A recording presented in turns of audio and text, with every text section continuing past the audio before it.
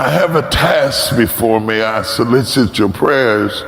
As I delve into this text, I do it from a place of great humility to discuss with you what he has discussed with me and to hopefully contemplate with you the ideas that he has shared with me, that the church might be edified by that which every joint supplieth. To the thousands and thousands of people that connect with us through cyberspace, this is a word from the Lord that I am heavy with today because it is a prophetic word for somebody regarding how things are going to play out over the next few years in your life. And I want you to hear what the Spirit of the Lord is saying to the church to the best of my ability. Beginning at verse number 15. Moreover, it's talking about Joseph here. He kissed all his brethren and wept upon them. And after that, his brethren talked with him. And the fame thereof was heard in Pharaoh's house, saying, Joseph's brothers are come.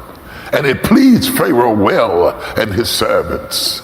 And Pharaoh said unto Joseph, say unto thy brethren, this do ye, lade your beast, and go, get you unto the land of Canaan. And take your father and your households, and come unto me, and I will give you the good of the land of Egypt. And ye shall eat the fat of the land.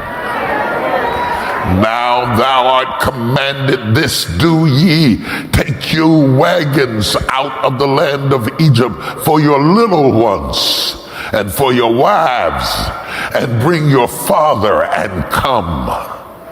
Also regard not your stuff.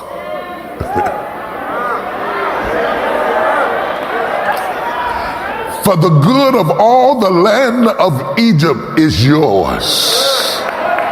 And the children of Israel did so. And Joseph gave them wagons according to the commandment of Pharaoh, and gave them provisions for the way. To all of them he gave each man changes of raiment. But to Benjamin he gave 300 pieces of silver and 5 changes of raiment. And to his father he sent after this manner 10 asses laden with the good things of Egypt, and 10 she-asses laden with corn and bread and meat for his father by the way. So he sent his brethren away, and they departed. And he said unto them, see that ye fall not out by the way. And they went up out of Egypt and came into the land of Canaan unto Jacob their father, and told him, saying, Joseph is yet alive. Good God of mercy. Joseph is yet alive, and he is the governor over all the land of Egypt. And Jacob's heart fainted, for he believed them not.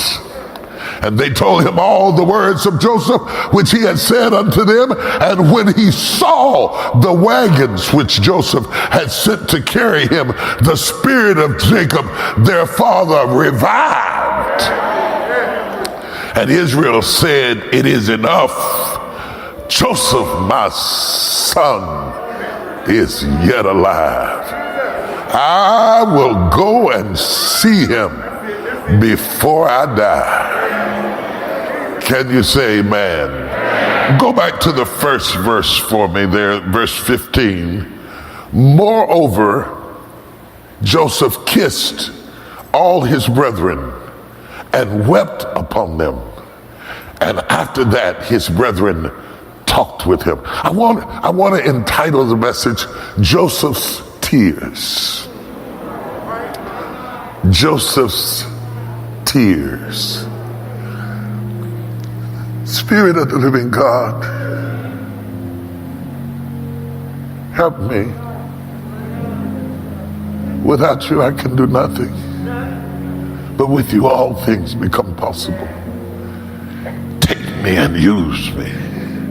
any way you want to use me. For thine is the kingdom and the power and the glory forever and ever and ever.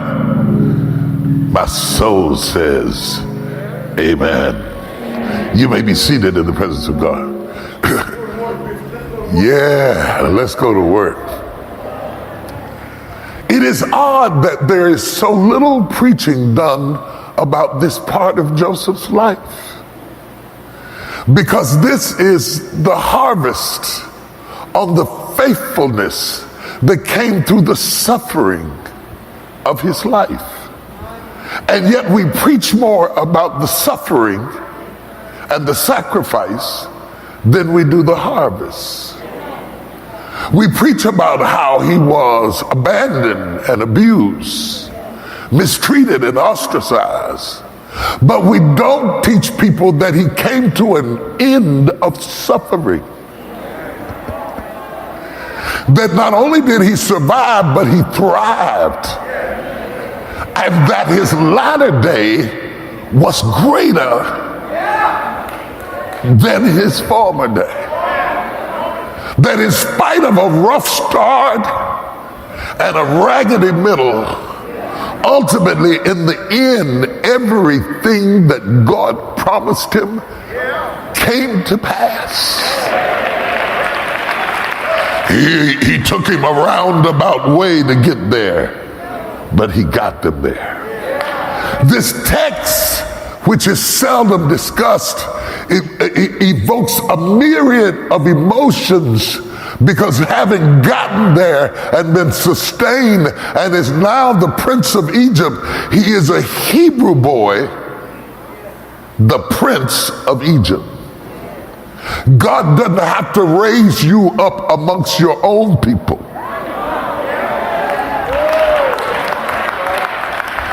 God will take you out of your element, because sometimes when you're around your own people, they don't appreciate who you really are.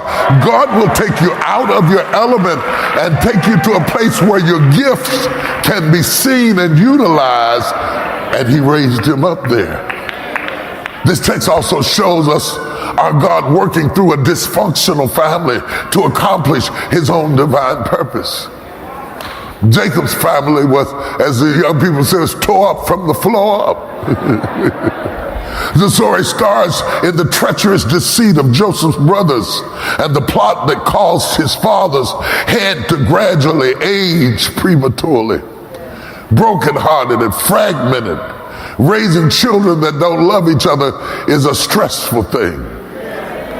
It picks up here toward the end with the kind of promiscuous grace that redeems the guilty and creates a stage for the purpose Joseph was chosen to be made manifest. It exploits before us the magnitude and the majesty of the breadth of the kind of person Joseph was. It was not merely his coat, it was his character.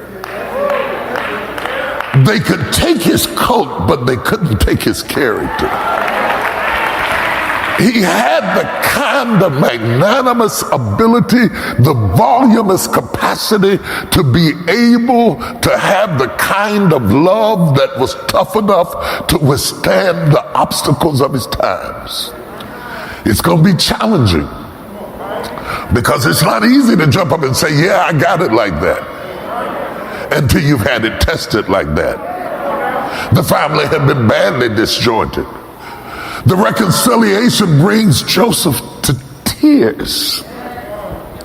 Joseph, who has a chariot behind Pharaoh, who commands the authority over the finances for the entire nation of Egypt. Joseph, who is revered amongst the Egyptians, burst out in tears in the face of his brethren, in spite of being unjustly treated by them, in spite of the way they ostracized him and humiliated him, in spite of the way they set out to murder him, literally murder him, and decided instead to throw him in a pit to be devoured by animals or taken captive as a slave. They didn't care which. They stood back to watch him die. Have you ever had people that stood? Y'all don't understand. I'm going to talk to this. Have you ever had anybody that stood by to watch you die, set you up, and just waited for you to fall and folded their arms? Of course you have. You can't live in this world and not attract enemies and haters and naysayers and people who despise you. That's a part of this world. Out of 8 billion people on the planet, everybody is not going to like you. We understand that. But it's not just that they hated him, it was that they were also his brethren. It is not just what they did, it is who they were.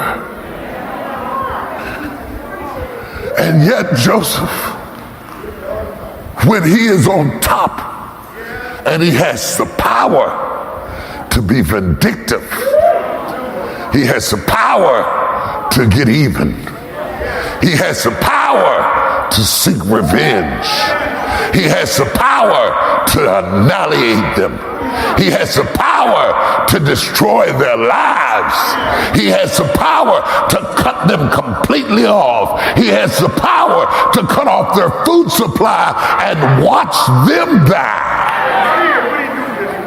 Instead, he burst into tears. Joseph's tears are amazing. They threw him in the pit and he didn't cry. They stripped him of his clothes and he didn't cry. They ripped his coat of many colors and he didn't cry. They separated him from the love of his father and he didn't cry. They sold him into captivity to the Midianites and he didn't cry. For Joseph to cry here, he didn't cry in the house of Potiphar when Potiphar's wife lied on him and he had to leave there under a lie and was falsely arrested and he didn't cry. He went to jail and he didn't cry. He was forgotten by the butler and the baker and he didn't cry. Joseph is not a whip.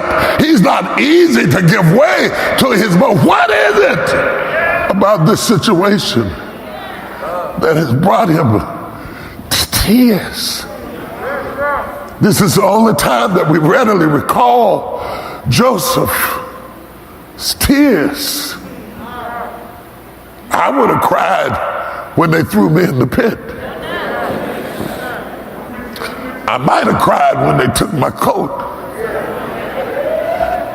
I definitely would have cried when I lost my good job at Potiphar's house. And if they took me to jail, I would have been in tears. But he stood up to all of that and didn't shed a tear. And now when these haters out of one period in his life come back to him at another period in his life, he sees them and they are desperate and they're in trouble and a famine is coming into the land and they need him, and either the evil in him will rise up and get revenge, or his better angels will rise up in him and he will respond correctly. Have you ever had to wrestle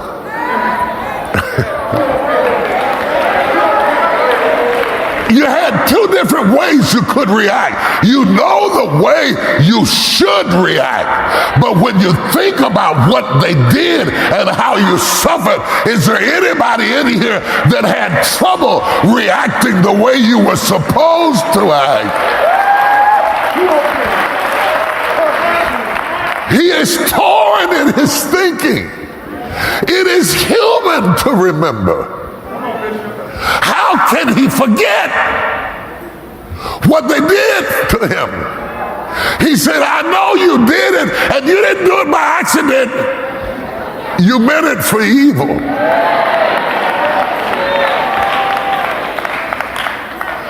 Oh, I'm not a child or a novice. I understand everybody's not going to wish me well. But it's not what they did, it's who. Et tu, Brute? You betray me too? Do you have the strength to allow good to come out of you when evil has been done to you?